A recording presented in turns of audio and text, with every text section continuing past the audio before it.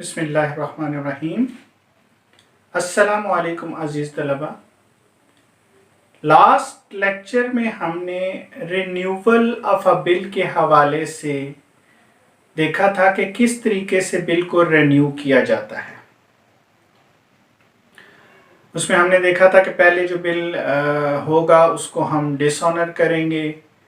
अगर कोई कैश होगी तो वो कैश की अदायगी होगी और वसूली होगी, और उसके बाद इंटरेस्ट चार्ज होगा और फिर जो है बकिया अमाउंट प्लस इंटरेस्ट का जो है वो नया बिल लिखा जाएगा।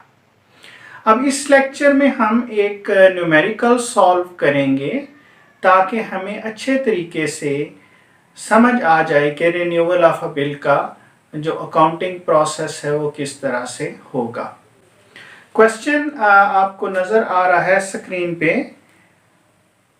On 1st March 2013, X received a bill from Y for rupees 2000 payable after 3 months.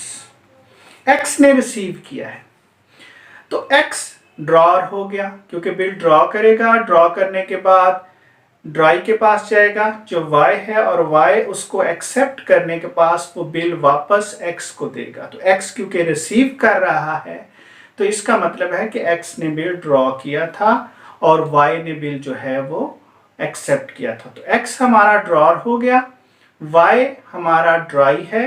तो एंट्री हमारी पास होगी bill receivable to Y account, और Y जो है ड्राई वो एंट्री पास करेगा X टू बिल्स पेएबल। आगे लिखा हुआ है जी, X discounted the bill with his banker at 8% per annum। अब X ने जो है वो बिल डिस्काउंट करवाया है 8% सालाना पे। बिल की जो अमाउंट है वो है 2000 रुपीज। बिल की जो पीरियड है वो 3 मंथ का बिल ड्रॉ किया गया था, और डिस्काउंट रेट जो था वो 8% हो गया। तो हम पहले डिस्काउंट कैलकुलेट कर लेते हैं। 2000 मल्टीप्लाइड बाई 8%, 8/100, और मल्टीप्लाइड बाई 3/12, ये पीरियड हो गया। और ये हमारा डिस्काउंट की जो है वो अमाउंट आ गई जो हमने अपनी जर्नल एंट्री में लिखनी है। तो एंट्री हमारे पास होगी bank account discount account to bill receivable. ये ड्रॉर एंट्री पास करेगा क्योंकि बिल ड्रॉ के पास है। ड्राई कोई एंट्री पास नहीं करता क्योंकि ड्राई की कोई ट्रांजैक्शन नहीं हुई। ड्राई अब ड्यू डेट पर या तो बिल की पेमेंट कर देगा या नहीं करेगा। वो हम आगे देखेंगे जब सूरत हाल हमारे सामने आएगी और जब हमें ड्यू डेट का पता चलेगा। आगे लिखा हुआ है जी, on the bill becoming due. अब बिल की ड्यू डेट आ गई।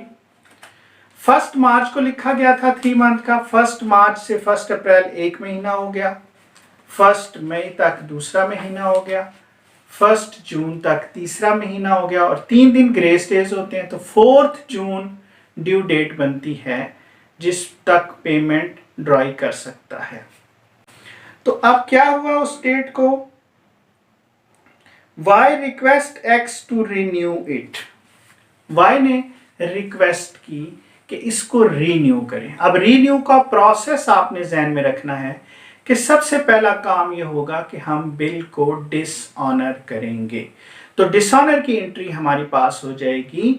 ड्रॉर जो X है वो एंट्री पास करेगा Y account to bank account. वो Y से पैसे लेगा और बैंक को उसने देने हैं, क्योंकि बैंक से उसने पैसे ले लिए थे डिस्काउंट करवा के बिल को।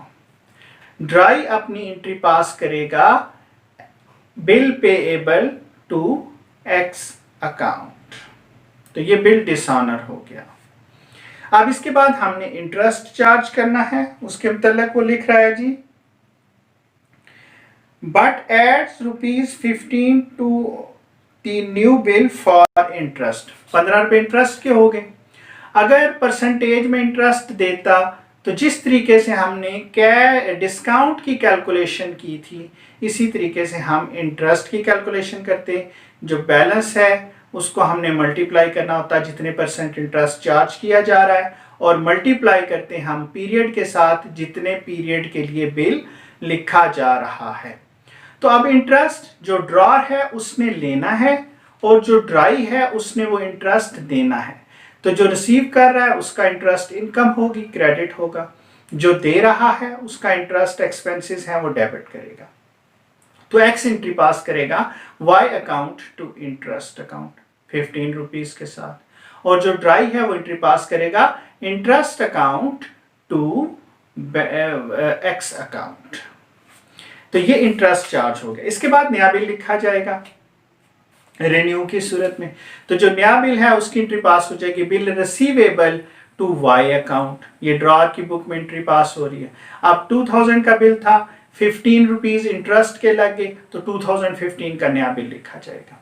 और जो ड्राई है वो एंट्री पास करेगा X account to bills payable account, और यहां पर भी अमाउंट 2015 रुपीज आएगी। तो ये हमने रिन्यू किया। तो रिन्यू का पूरा प्रोसेस देख लें। पहले बिल ड्रॉ हुआ, जो ड्रॉर था उसने डिस्काउंट करवाया। जब रिन्यू करना था तो पहले हम डिसऑनर की एंट्री पास करेंगे, फिर अगर वो पेमेंट करेगा तो वो पेमेंट हम वसूल करेंगे, फिर इंटरेस्ट चार्ज होगा, यहाँ 15 रुपीज इंटरेस्ट चार्ज हुआ, और उसके बाद नया बिल लिखा जाएगा। बार बार रिपीट करने का मकसद ये है कि ये चीज़ें आपको याद होनी चाहिए, क्योंकि वो आपको डिसऑनर के लिए नहीं कहेगा। तो जब रिन्यू होगा तो पहले पिछला बिल डिसऑनर किया जाएगा। वो क्वेश्चन में आपको कहे या ना कहे, बताए तो या ना बताए, दोनों सूरतों में आपने डिसऑनर लाजमी करना है, और उसके बाद जो है वो इंटरेस्ट चार्ज करके नया बिल जो है वो लिखा जाएगा। उम्मीद है कि आपको रिन्यूअल ऑफ अ बिल का जो कॉन्सेप्ट है वो अच्छे तरीके से समझ आ गया होगा।